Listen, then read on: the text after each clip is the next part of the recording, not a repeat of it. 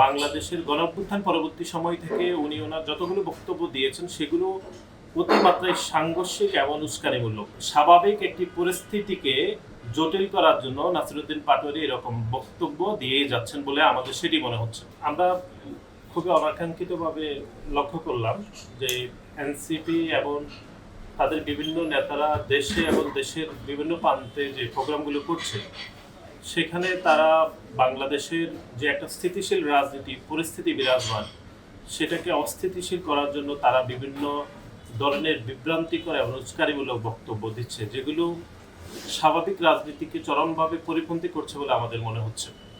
আমরা গভীর উদ্বেগের সহিত লক্ষ্য করছি যে নাসিরুদ্দিন পাটোয়ারি বাংলাদেশের গণঅভ্যুত্থান পরবর্তী সময় থেকে উনি ওনার যতগুলো বক্তব্য দিয়েছেন সেগুলো অতিমাত্রায় সাংঘর্ষিক এবং উস্কানিমূলক।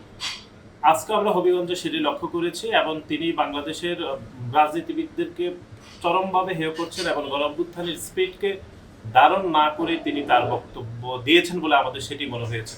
এবং আমরা গণমাধ্যমে দেখলাম যে ওনার উপর হামলা হয়েছে। আমরা মনে করি যে বাংলাদেশ জাতীয়তাবাদী ছাত্রদল কোনোভাবে হয়তো এই হামলার আশেপাশেও না থাকলেও উনি ওনার বক্তব্যতে বাংলাদেশ জাতীয়তাবাদী ছাত্রদলকে দোষারোপ করেছেন। আমরা মনে করি ওনার এই বক্তব্যগুলোতে জনগণ সংক্ষুব্ধ হয়ে ওনার উপর হামলা করতে পারে, অথবা উনি যে বিষাদমূলক বক্তব্য দিচ্ছেন, বিভ্রান্তিকর বক্তব্য দিচ্ছেন, সেক্ষেত্রে ওনারা নিজেরাও হয়তো নিজেদের উপর হামলা করে বাংলাদেশ জাতীয়তাবাদী ছাত্রদলের উপর দোষ চাপাচ্ছে কিনা সেটিও তদন্ত হওয়া উচিত বলে আমরা মনে করি। তারপরেও আমি বাংলাদেশের সাধারণ মানুষকে আশ্বস্ত করতে চাই যে জনাব নাসিরুদ্দিন পাটোয়ারি যে ক্রমাগতভাবে যে বক্তব্যগুলো দিচ্ছেন, এনসিপির শীর্ষ নেতারা নাসিরুদ্দিন পাটোয়ারির এই বক্তব্যগুলোকে বারবার বাহবা দিচ্ছেন।